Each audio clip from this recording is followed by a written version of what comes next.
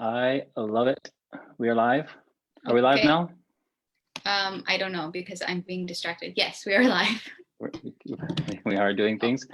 Hi, everybody on the What's On at Elephant and Castle Facebook page. My name is Nick from Retribe, and I'm just setting up some links to get us going on another page. And we're going to talk. Is that what we're Mel, how are you? Yeah, how's everything going, Mel? It is all okay today, this morning, but it's only 9 a.m. So I have no idea what the rest of the day will look like. This is actually one of the first times that we have not had a guest intentionally, because we are just going to talk ourselves on what's been going on over the last few weeks. I'm just hitting one more button to share. Hold on a second. Okay, I think we're all there. Anyway, I'm going to come back just to make sure that we're all there. Welcome everybody. I love all of these the Facebook links at the beginning. But anyway, no, this is the first time that we haven't had a guest, because what we're going to do is we're going to reflect on the last few months, kind of going into COVID, what we've been doing over the last few months here with the Elephant Castle community, and then also a little project that we've started called Tender is the New Tough. So over the next 45 minutes, it'll be a bit of reflecting, kind of looking at the workshops that we've been doing, like remembering and recentering, and some of the other ones that we've set up over the last few months, and then kind of look forward to the month of August, which I always love August. I think it's an amazing time of year, and I think Mel, you'll be back in London back then in August too. So we've got a lot to look forward to. So the last few months, Mel, I fear to say that the nearly 8 billion people on this planet have gone through something that is unprecedented. It's been a time of change, a time of awakening, a time of reflecting. Kind of how has it been for you? How would you describe the last few months? I honestly can't remember. Like, I know I started it in London, and I thought I was coming to Toronto for like maybe 2 months, and it's been 6 months that I've been here, and like staying at family members' homes, quarantining, social distancing. So I don't remember. I don't, like, time is blurred. I mean, First of all, it's not been 6 months, it's been 3. No, that's not true. I know. Yeah, you left in March, right? Yeah. It's end of March, April, May, June, July. I feel like 4 months. You're not right. Okay, well, it feels like 6 months. Okay, yes, it feels like 6 months. Whatever. This is off to a bad start, Nick. Let me see. Let me think about it. It's just been, I have learned myself in a lot of new ways, in ways that I might have been afraid of.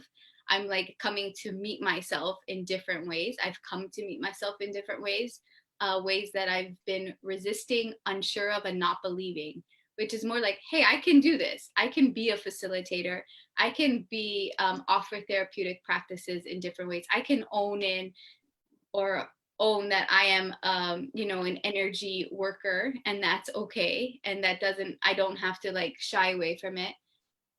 So basically for me, it's been meeting myself in different ways and being proud of it, even though everything I was ever taught or experienced told me not to. Told me like this imposter syndrome was a real thing in March, real thing. And now it's almost like my heart caught up with the brain of like, hey, community is important. And although I've been working for years with community and know the importance, I saw it as something for other people. And even though I was in it, I wasn't really in it. I didn't let myself on some level be really in it. Oh, I'm going deep right now. This is all coming. Like, I didn't let myself be in it because I think there was still some parts of me that were like, you can do it on your own. You don't need other people. Like, that's still like survival mentality from my childhood was still like very strong. So I think I'm like I have come to the point where it's like, no, this is not just like this theory for you, this academic thing for you. This is like this is important. You are not meant, nor is anybody meant to do this alone, right? So I think that knowledge of like speaking, being okay with speaking without knowing, like I am right now, and like processing it in the moment is okay. It's okay. um and I mean, it goes back to, I get to be loved through the not knowing as well. Like I don't have to only present this way to have like love invited in or for me to accept it. I can be loved in not knowing, in figuring it out, in the processing. And I think that's been a big lesson, and I think that's a lesson for a lot of folks too. So that's what it's been like for me the last couple months. Yeah. Yeah, that's amazing. I think that it's something that I have seen. It's funny because you lead us through these workshops, and the people who've been joining us for the last 3 months, and it's funny to hear you as the the lead therapist and lead counselor for Retribe talk about how you've actually changed too, and how you're using your own language that you use towards guiding people to actually help you grow as well. And I think that's really interesting when people try, when people are coming to places because they want connection and community, it's really to understand that it's the whole place that's being facilitated. Like the Retribe workshops are all set up for co-collaboration, and as you talk about like energy and being able to read off of people. And I think that's one thing that I've really noticed through our workshops for sure, is that, and I know we were talking about it before, how they've all adapted and changed because of the people who've been joining in. Right. And to see them change over the last few months, and their contributions in the workshops it's been one of my beautiful highlights too. Yeah, it's amazing to all like recognize that everybody's coming at different points in their life. So how do we create a space that recognizes and honors all of that? And that's where I got stuck so much in the kind of creation of this, because I was like very headspace academic about it, teaching about it, when I was like, wait, let me throw all that out for a second. Let me just try to see what it'd be like if I showed up with the knowledge that my life has given me and the wisdom that my experiences have given me. And let me just tune in to what people who are showing up need in a way that's like anchored, but also fluid, if that makes sense. And I think once I was able to like honor that part of myself, that work of myself, like this is how I work actually, and be authentic, it started to like, this is gonna sound conceited, I don't mean it that way, like it started to ripple because my authenticity was showing up before my like training or whatever was throwing up and showing up, throwing up, maybe that was Freudian. Right. But Right. so I think when we speak of energy too, that's what people recognize, like, oh, okay, you're not like memorizing words, you're not teaching to me like you know better, because I don't know actually better than anybody else. Everyone knows themselves the most. All we're meant to do is like, hey, I'm going to sit beside you when you're in this pain for a second. Let me know what you need. Okay, cool. And then build from that. So I think, I don't know, that's all I'm going to say. Yeah, I think the authenticity, and you and I talk about, and the vulnerability of like, how many times have I like shown up to a workshop and like, today's a rough day. Can somebody else talk? Like, and I think that's beautiful. And I think that's what makes the transformation, the reflection really kind of settle in different ways. Cause like nobody knows more or less than anybody else. We're just showing up in the moment with what we got.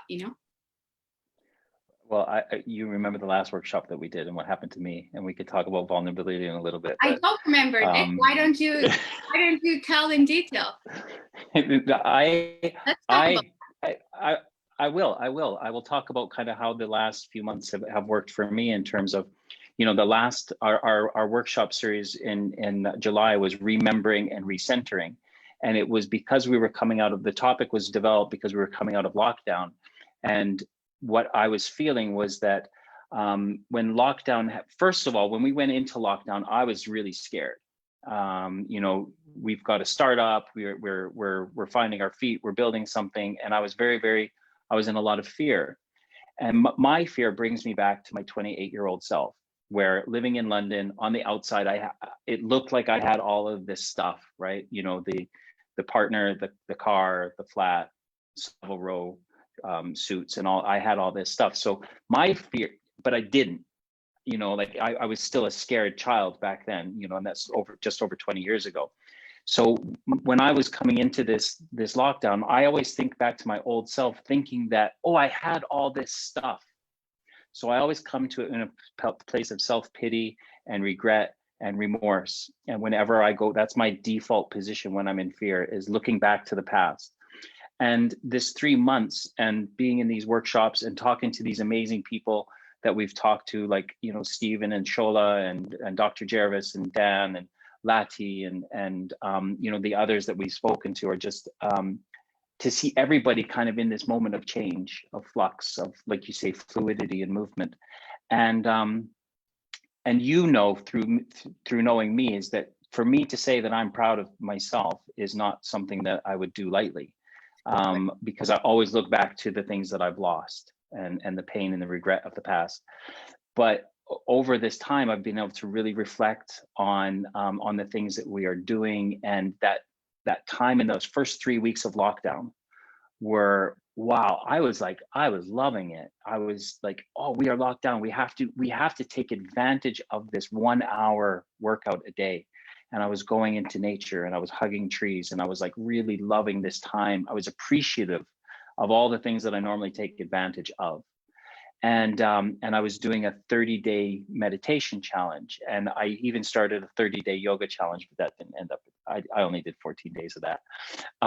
But these were things that I was really excited about, and that was the kind of thing of remembering what it was like at the beginning of lockdown. How everyone's like, this is a time where we can look inwards and look at ourselves, and the whole planet was going through the same thing. So it kind of felt good that we were all had this common peril amongst us.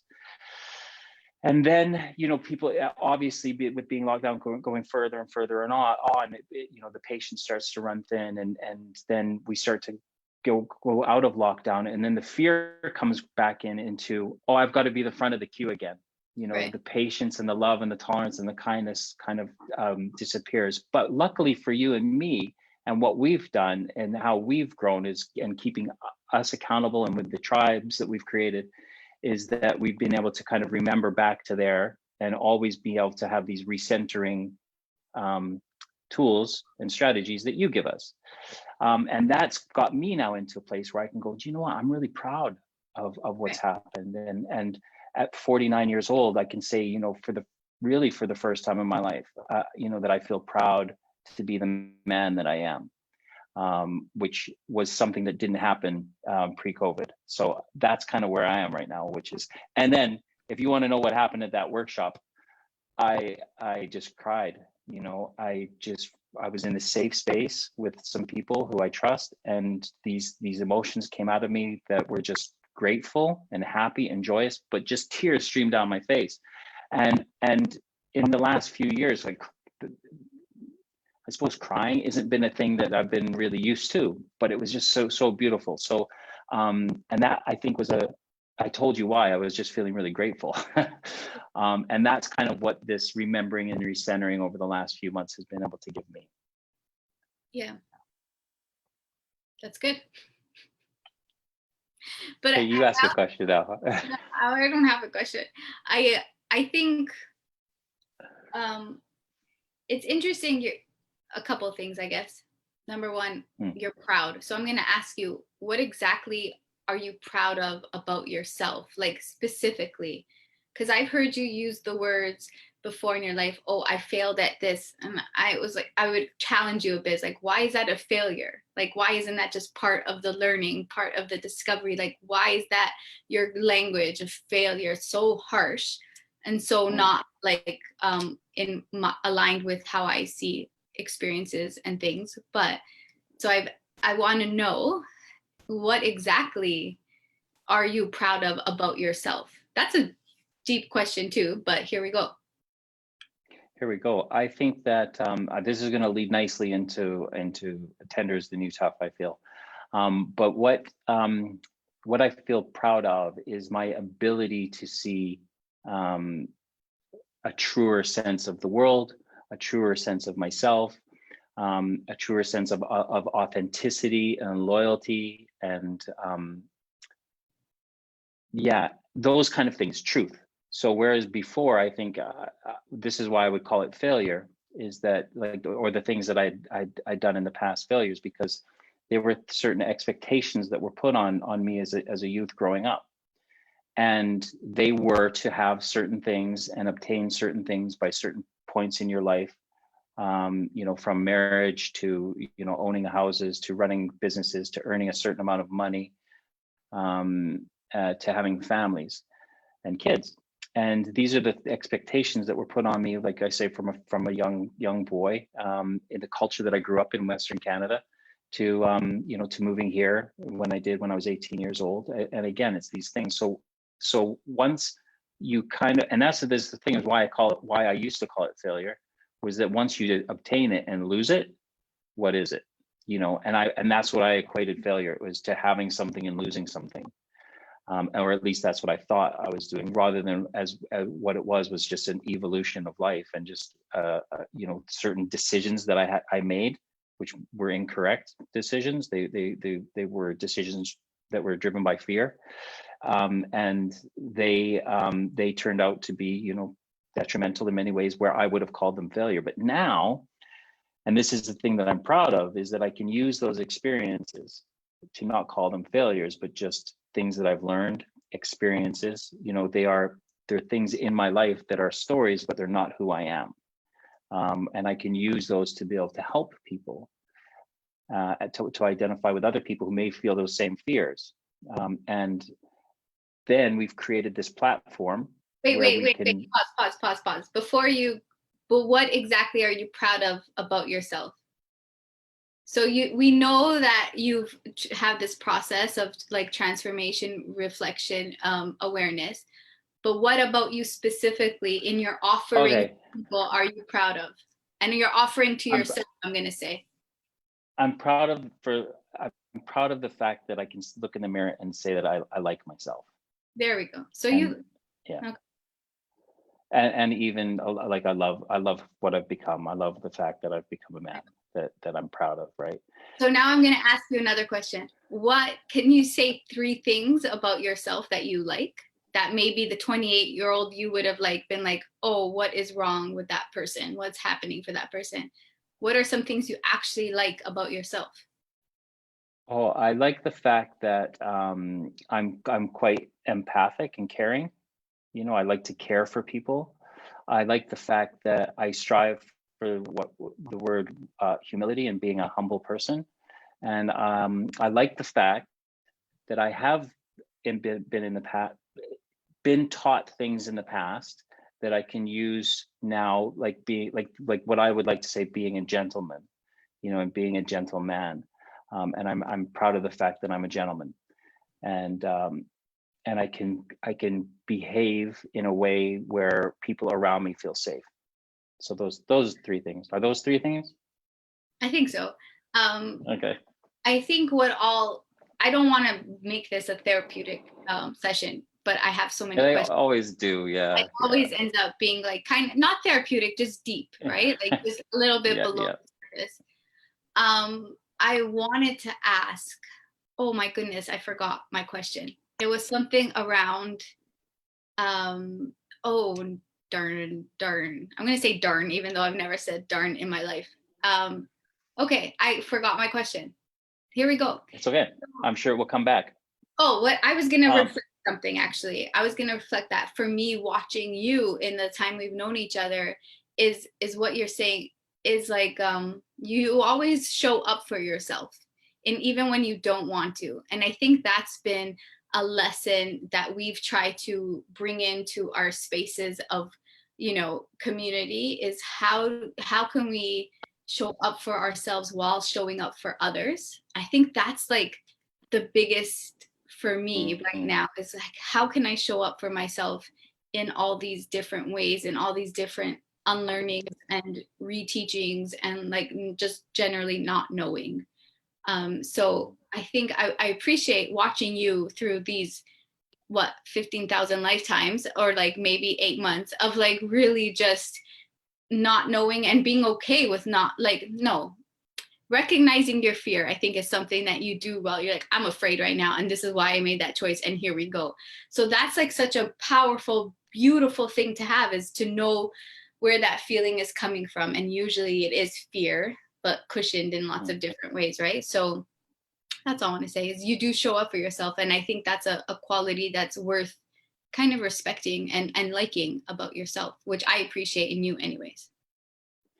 Well, thank you. And I think that that brings us into kind of where we are right now, which is like where we can reflect on what's going on in the planet, not only with COVID, but with, you know, Black Lives Matter and sexism and racism and all these things that you can has just come to the forefront because of what's been going on. And we've had an awful lot of time to see things on social media and the pain and the suffering that a lot of people are going through on this planet. And I think this is the other thing that I'm really grateful for, is that I've been able to recognize in myself a personality change, right? From yesterday, from a year ago, from 4 years ago, from 10 years ago. I've changed from these ideological and cultural expectations that were put upon me as a white man growing up in the middle of Canada, then moving here at 18 years old. And I've been able to see that the truths that I was taught back then may have been the truths then, but they no longer serve me. And I think that in reflecting upon that, I can ask the question to other men, were the things that we learned back then, were they right? You know, were they taught to us by people that we trusted? What were they taught to us by people who were perhaps going through trauma themselves? Does it serve us now? And were those things, do they hurt not only ourselves, but do they hurt the people around us? And I think this kind of brings us into what Tender is the New Tough is, which is an awareness campaign that me and Mel and some other people are going to be starting, where we can look back at these ideas of what this real man is. Because again, and this is why I used to call certain things failures, is because I was taught that a real man had to do this. A real man had to be a protector. A real man had to go back to like primordial, primeval kind of caveman protectoring and taking and competition. And I think now that I really like this to you know, for even us to kind of address and look at what is this idea of competition. You know, does it grow outside of the sporting world and the academic world and then the business world, where we're always competing against each other because we were taught that to be successful, we had to have obtained certain things. And I think that's where we are now, Mel, right? Whereas we can kind of create this space for people who look like me to actually reflect on these ideas of masculinity, and see whether or not they serve us today. And now, and I know this is a truth to me, is that they did not serve me. I'm going to question it, and I'm going to relearn what it means in my life to be a real man, which I think is to be someone who's tender and loving and kind and compassionate, rather than the things that I thought before, which is that I needed to have certain things for you to like me, right, or to be considered successful. Yeah, I think you know, the white body that you're in already comes into this world with so much privilege, and then the world is really built for you and for people who look like you and have the experiences of you. And I mean, when we're talking about questioning stuff, it's also, for me, it's questioning capitalism, which is competition, which is I need more or I am better, because if I have more, you have less. And that's just the way the world works. And like, that's been so indoctrinated in us, so ingrained, that we sometimes haven't had the option to think otherwise, other than like, I'm going to compare myself to you and you have more, which means I have less, which means I'm a failure.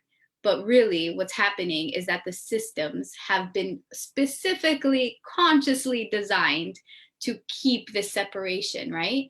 And I think starting this conversation around inviting tenderness in opposed to like toughness is shaking a lot of core beliefs, right? Of what it means. In this context specifically, we're talking about what it means to be a man, which I mean, yeah.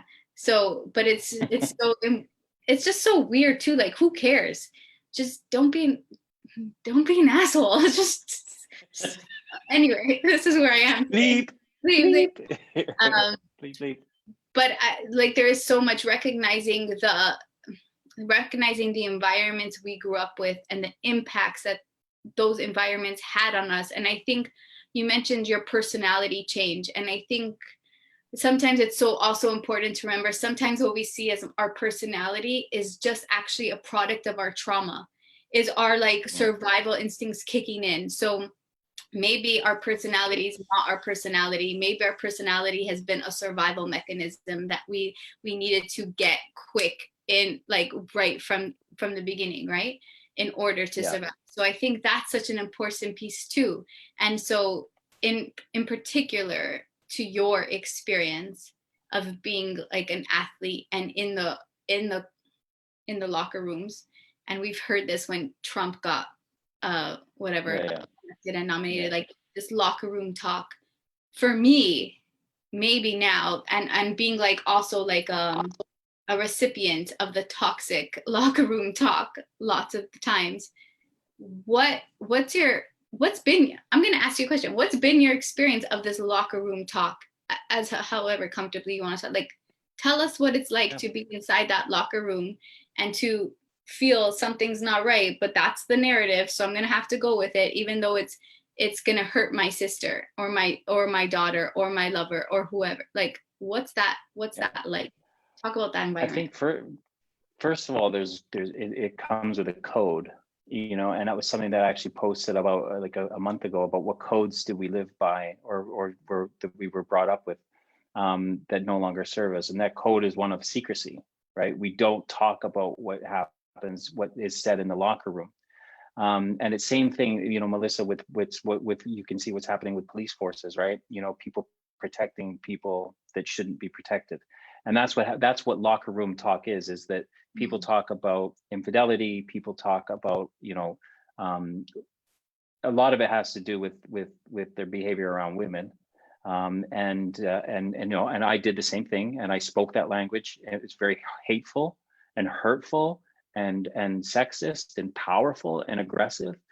It was also homophobic.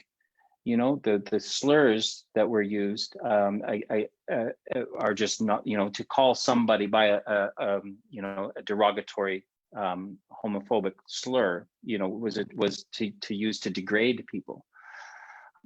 And I know now that this hurts people, because you do have people who are gay in changing rooms, and they're sitting there quietly listening to other people use homophobic slurs against them, and this is creating trauma.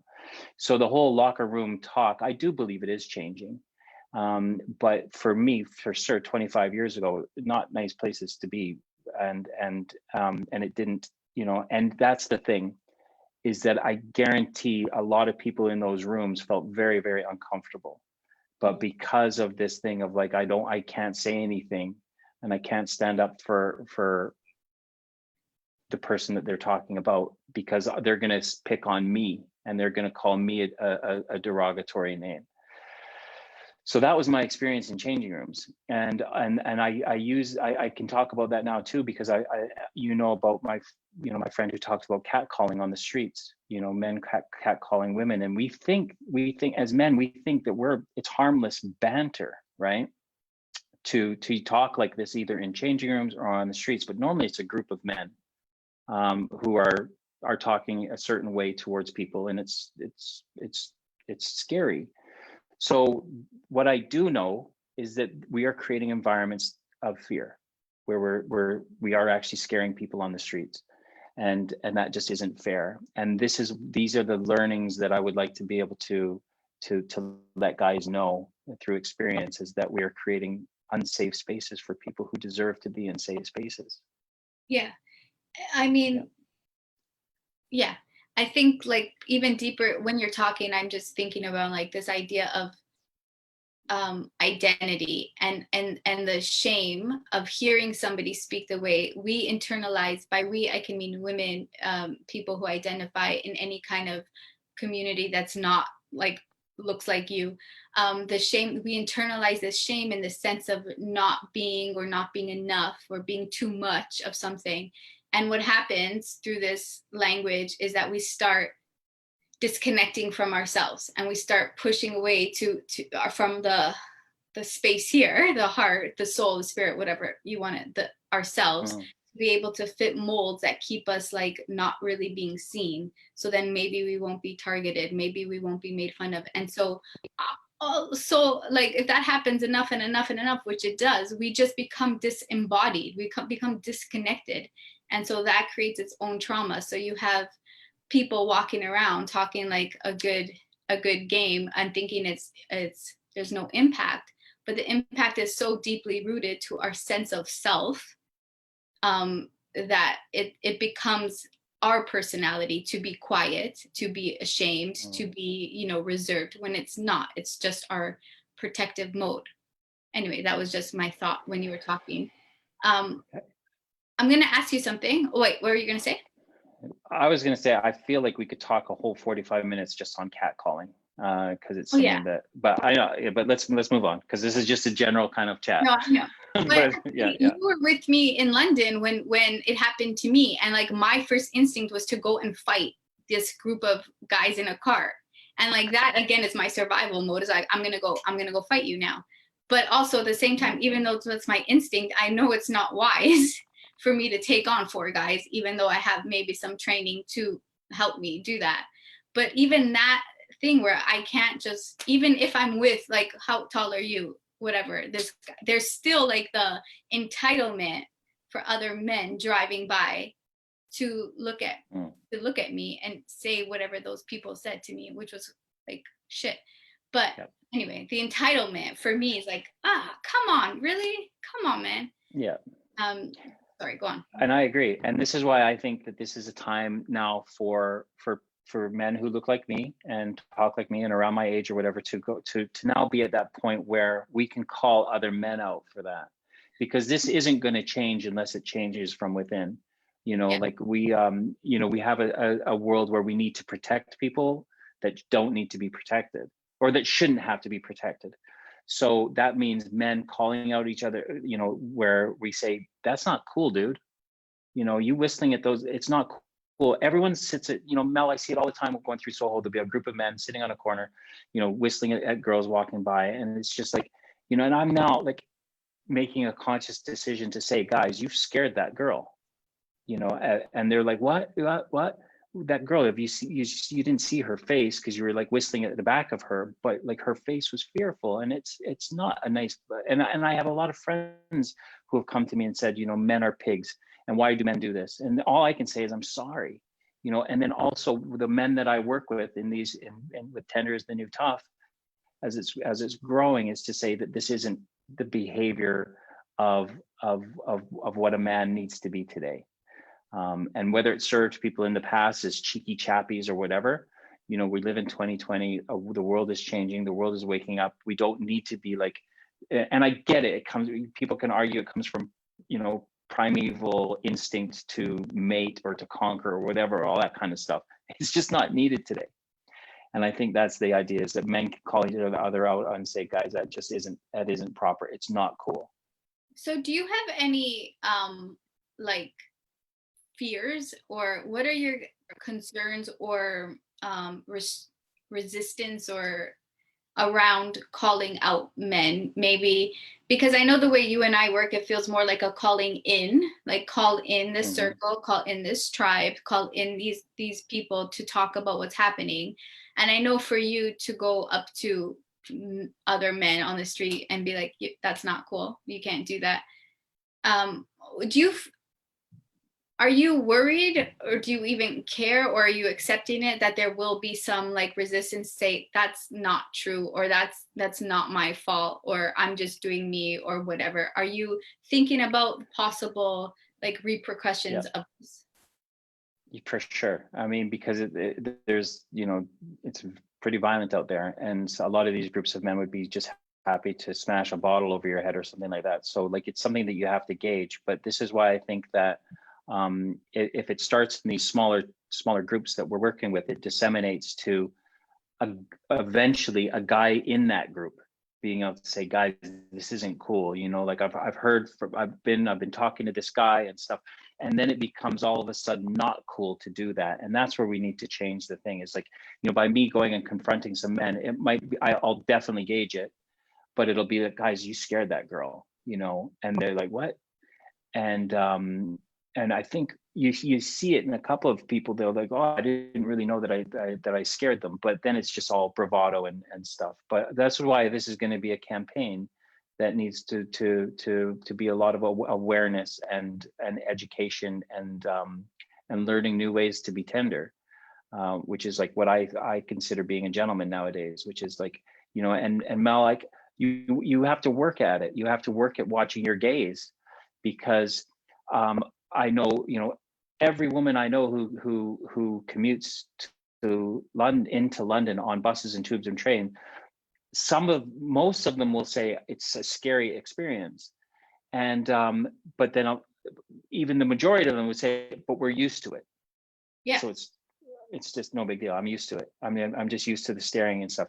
So for me to be able to work with other guys and talk about it, I actually do watch, you know, my gaze, and being conscious of it, which is just kind of learning that you can be looking at somebody who you don't know what's happened to them. You don't know what traumas they may have been through, but giving someone a look and a wink and stuff, I used to think it was charming or something, but it can be really scary because you Creepy. don't know who you're doing. Yeah, it's creepy. So these are the things that we need to talk about as men. Yeah. So how do you envision those conversations going? Like, obviously, I know I'm part of it. And I think, you know, we've created some sort of containment for like reflection and education and community work. How do you see it? How do you see it going? Like, what's your hope to kind of call people in? Yeah, my hope is to Or call. work with certain people that, you know, some people have different kind of like weight behind them, I suppose, in terms of social media and followers and influence, who are in the sporting world. So my hope right now is to work with people within the sporting world, because you know, that's where I know and I understand that world. You know, I understand locker room talk, and I understand the things that I've done that I'm happy to show vulnerability about and tell people the horrible things that I've done, so that we can create some kind of trust. And it's funny, Mel, I was talking to Lati Dubé the other day about this, and you know, she said some amazing things, like, and I actually wrote them down.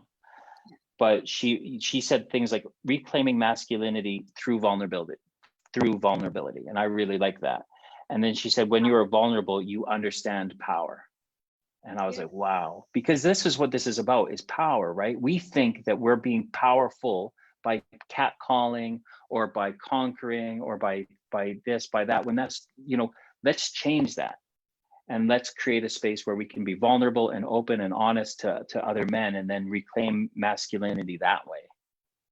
So my hope is to work with men in the sporting world, you know, some of the teams that I've played with, some of the men that I know in different sports, and to kind of, again, just sit and conversation.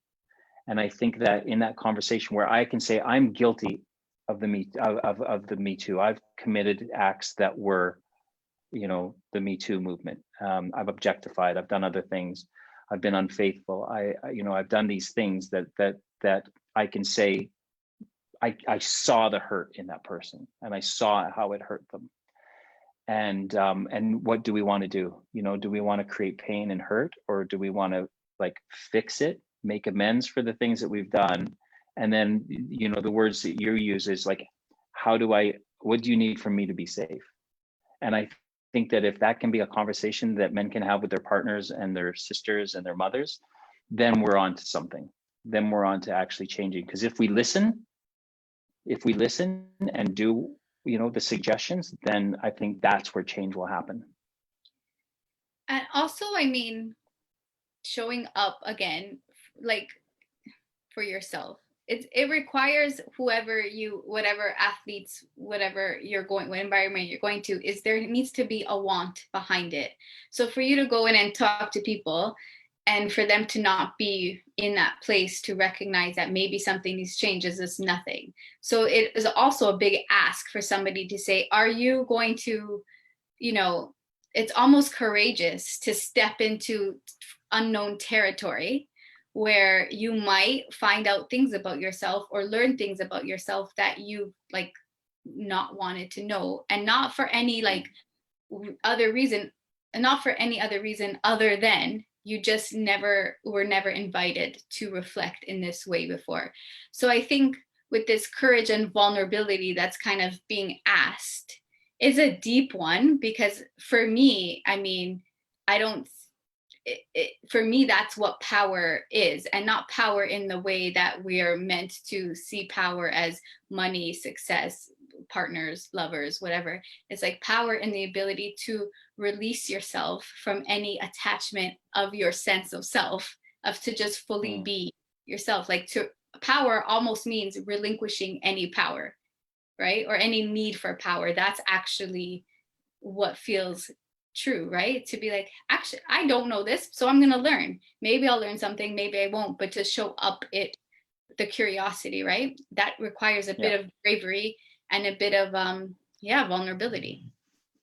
It does. And I think we've created a great little platform for that, because we know through numbers, when spaces of kind of more than 6 people are congregated, it's harder for people to be vulnerable.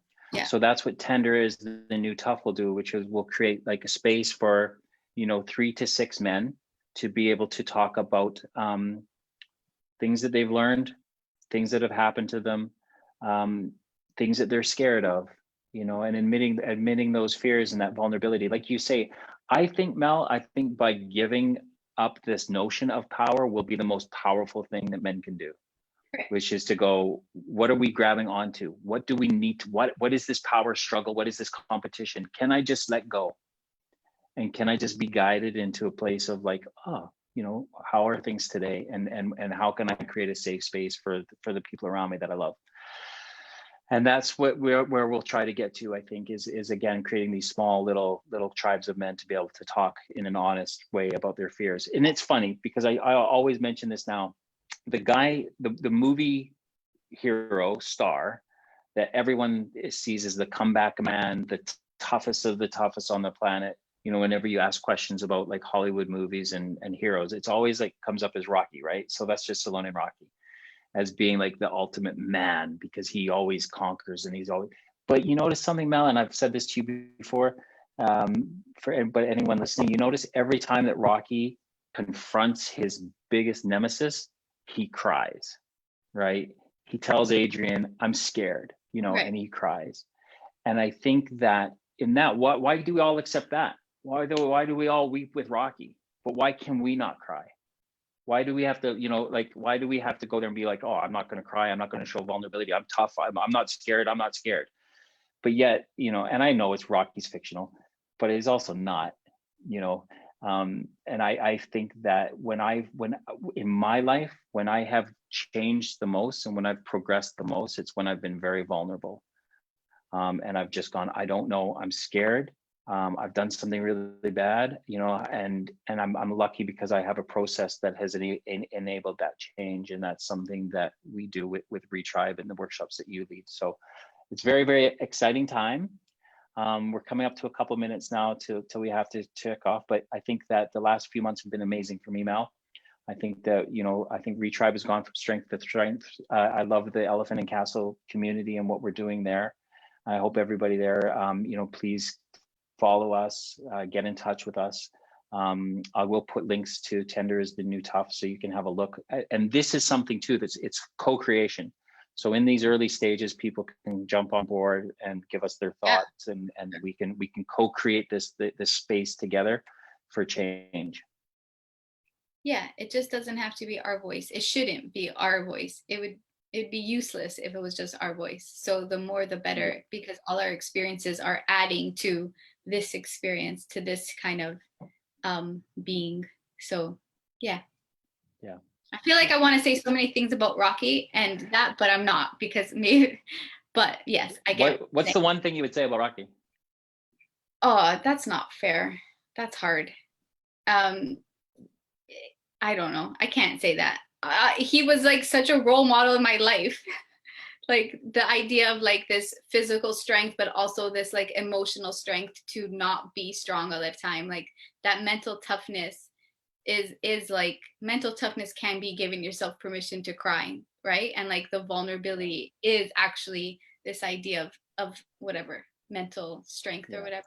is to fully be present in yourself and your fears, to acknowledge it. That's like a game changer. Yeah. And I learned that maybe I could do a push-up.